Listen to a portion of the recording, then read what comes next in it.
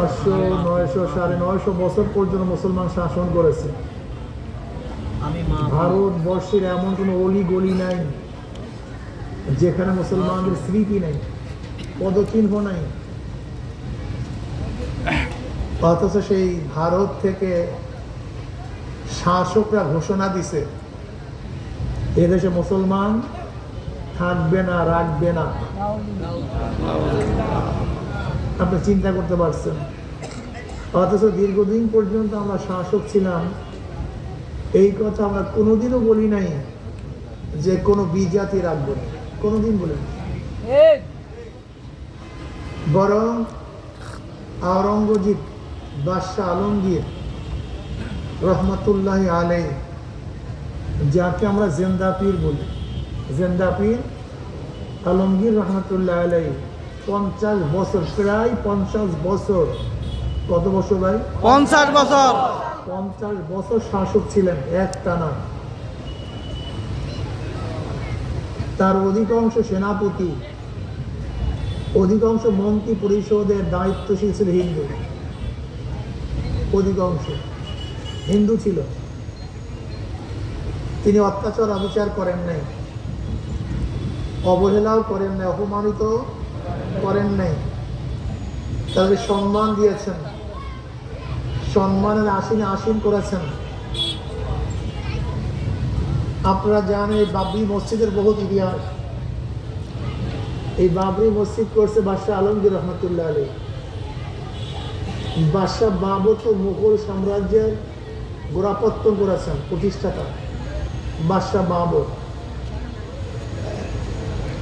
ন্যায়পরায়ণ বাদশাহ ছিল, অনেক ন্যায়পরায়ণ বাদশাহ ছিল। তার ছেলে ছিল হুমায়ুন, হুমায়ুনের ছেলে ছিল আকবর, আকবরের ছেলে জাহাঙ্গীর, জাহাঙ্গীরের ছেলে শাহজাহান, শাহজাহানের ছেলে আলমগীর জিন্দা পীর রহমতুল্লাহ আলী, যে আওরঙ্গজেব। যেমন তেমন বাদশাহ না, বাদশার ছেলে বাদশাহ, বাদশার ছেলে বাদশার ছেলে বাদশাহ। বুঝেন তো রব কেমন ছিল, কিন্তু অত্যাচারী ছিলেন না। বাদশাহ আলমগীর রহমতুল্লাহ আলী প্রতি শুক্রবার জুমার পরে দিল্লির জামে মসজিদের সামনে জনগণ দাঁড়াতেন, অভিযোগ নিয়ে নিজের কানে অভিযোগ শুনতেন। আমাদের বাংলাদেশের ভূখণ্ডে তিনি প্রধান ছিলেন না। বাংলাদেশের ভূখণ্ড তো মাত্র ছোট্ট একটা এলাকা। উনি বাদশাহ ছিলেন গোটা পাক ভারত উপমহাদেশের, এই গোটা এরিয়ার। যখন ভারত ভাগ হয় নাই, তৎকালীন সময়েও তিনি প্রেসিডেন্ট ছিলেন, বাদশাহ ছিলেন। নিজের কানে কথা শুনতেন, বক্তব্য শুনতেন। এত বড় সম্রাট, সাম্রাজ্যের অধিপতি, কিন্তু কত বড় আবেদ ছিলেন তা জানেন? কত বড় আবেদ! আমি উপস্থিত সমস্ত বাবাদেরকে বলবো, পর্দার মাদেরকে বলবো, যারা বয়ান শুনছেন, যারা মাহফিলে আসেন নাই, আমিও তাদেরকে বলবো, যারা আওয়াজ শুনতেছেন, একটু খেয়ালের সাথে কথাগুলি শোনার চেষ্টা করুন। আসেন দোকানে ঠিকই আছে, একটু খেয়ালের সাথে কথাগুলি শোনার চেষ্টা করুন। যে আলমগীর রহমতুল্লাহ আলী এত বড় সম্রাট ছিলেন, এইমাত্র সামান্য পরিচয় দিছি নাকি ভাই? তিনিও বাদশাহ, বাবারও বাদশাহ, দাদারও বাদশাহ, কালোও বাদশাহ, তারপরে বাদশাহ, এত বড় বাদশাহ। তাতে আরো বড় বড় বাদশাহ, বাবরের বাদশাহ, বাবারাও বাদশাহ ছিলেন। এই এত বাদশার বলা বাদশাহ, যে শান শওকতের জীবন যাপন করার কথা ছিল, কিন্তু বাদশাহ আলমগীর রহমতুল্লাহ জিন্দিগি ছিল দরবেশি জিন্দিগি। কি জিন্দিগি ভাই? দরবেশি। একদম দরবেশ বেটা, অনেক আবেদ। তার উস্তাদ, তার পীর শায়েখ মোল্লা জিউ রহমতুল্লাহ ইন্তেকালের পূর্ব মুহূর্তে ওসিয়াত করলেন, আমার নামাজের জানাজার ইমামতি ওই ব্যক্তি করবে যার আসরের আগে 4 রাকাত নফল নামাজ কাজা হয়নি। সুবহানাল্লাহ। কিসের আগের ভাই? আসরের আগে। কি নামাজ? নফল। আসরের নামাজ না, আসর নামাজ তো ফরজ, সুন্নত না, নফল নামাজ। কাজা হয় না। আমরা কতজন মুসলমান বলতে পারি জীবনে একাত্তর নামাজ কাজা হয়নি? কতজন বলতে পারি? কতজন আল্লাহ। মুসলমান বলতে পারি যে জীবনে বালেগ হওয়ার পর থেকে একাত্তর নামাজ কাজা হয় না? কতজন মুসলমান বলতে পারি? ইসলামের দর্শনটা কি? ইসলামের দর্শনটা কি বলেন তো? ইসলামের দর্শন হলো কোন মুসলমান যেন বালেগ হওয়ার পরে একাত্তর নামাজ কাজা না হয়। এই জন্য দর্শনটাকে দেন তো। 7 বছর বয়সী ইসলাম কি বলছে? তোমার সন্তানকে নামাজের জন্য বলো। 7 বছর বয়সে তোমার সন্তানকে কয় বছর বয়সে? 7 বছর নামাজের জন্য বলো। যদি 10 বছর বয়স হয় নামাজ না পড়ে কি করো? শাসন করো।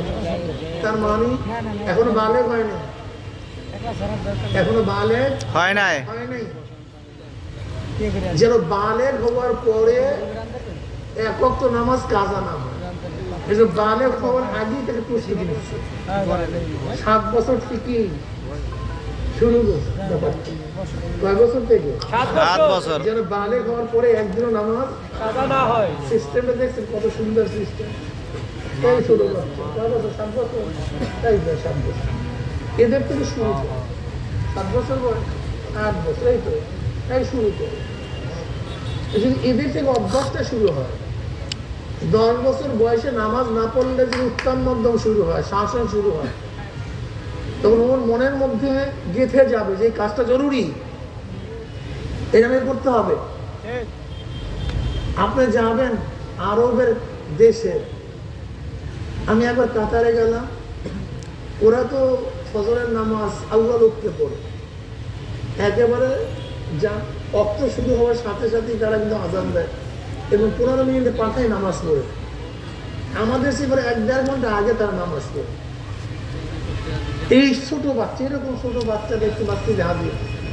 এই ছোট বাচ্চা, শীতের দিন ছিল সেদিনটা, অনেক শীত। দেখে উজু করে এসছে বাচ্চাগুলি, এরকম থুটি কাঁপতেছে শীতে, নিয়ে আসছে মসজিদে। ওই যে অভ্যাস। আর আমাদের, আমি বিশ্বাস করেন আমাদেরকে, আমি নিজেকে নিজে মুসলমান পরিচয় দিতে আমার কাছে লজ্জা লাগে। আমি আমাকে মুসলমান পরিচয় দিতে আমার কাছে লজ্জা লাগে। মুসলমানের যে আখলাক, মুসলমানের যে চরিত্র, মুসলমানের যে তবিয়ত আছে আমাদের মধ্যে। এখন মুসলমানের সাথে ব্যবসা করে না। কোন জাতি মুসলমানের সাথে ব্যবসা করে না। লেনদেন কথা করে না। লেনদেন কেন করে না? কারণটা কি? কথায় কথায় মিথ্যা, ধোঁকাবাজি। 2 নম্বর মালকে 1 নম্বর, ওয়াদা খেলাফ, চুরি, চামারি। আচ্ছা বলেন, এই মুসলমানের চরিত্র? না হ্যাঁ, না। মুসলমানের চরিত্রই না। তুমি মুসলমান বলো কেন নিজে? তুমি নিজেকে মুসলমান বলো কিভাবে? আমাকে এইটা আগে বলো। মুসলমান বলো কিভাবে? তুমি তো মুসলমান নিজেকে বলতে পারো। এখানে কয়জন মানুষ আছি যারা মিথ্যা বলি না? এখানে কয়জন মানুষ আছে যারা ধোঁকাবাজি করি না? এখানে কয়জন মানুষ আছে আমানতের খেয়ানত করি না? এখানে কয়জন মানুষ আছে ওয়াদা খেলাফ করি না? আমাকে বলেন তো। অথচ নবী আলাইহিস সালাতু ওয়াস সালাম ফরমান, বুখারী শরীফে রওয়ায়াত আছে, আলামাতুল মুনাফিক সালাসা। মুনাফিকের আলামত কয়টা ভাই? জোরে বলে। ইযা হাদাসা কাযাবা, যখন কথা বলে মিথ্যা কথা বলে। ওয়াইদা তুমানা খানা, যখন আমানতের খেয়ানত করে। ওয়াদা আখলাফা, যখন ওয়াদা করে খারাপ করে। আল্লাহ, মিথ্যা কথা বলে, ওয়াদা করলে ওয়াদার ভঙ্গ করে, আমানত রাখলে আমানতের খেয়ানত করে। এটা বুখারী শরীফের রওয়ায়াত আছে।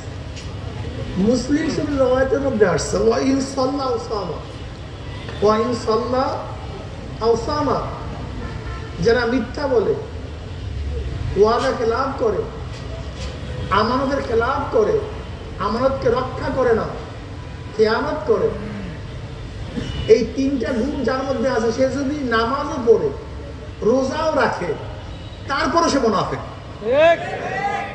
যদি কি পড়ে, নামাজ পড়ে, রোজা রাখে, পরে রোজাও রাখে, তারপরেও মুনাফিক।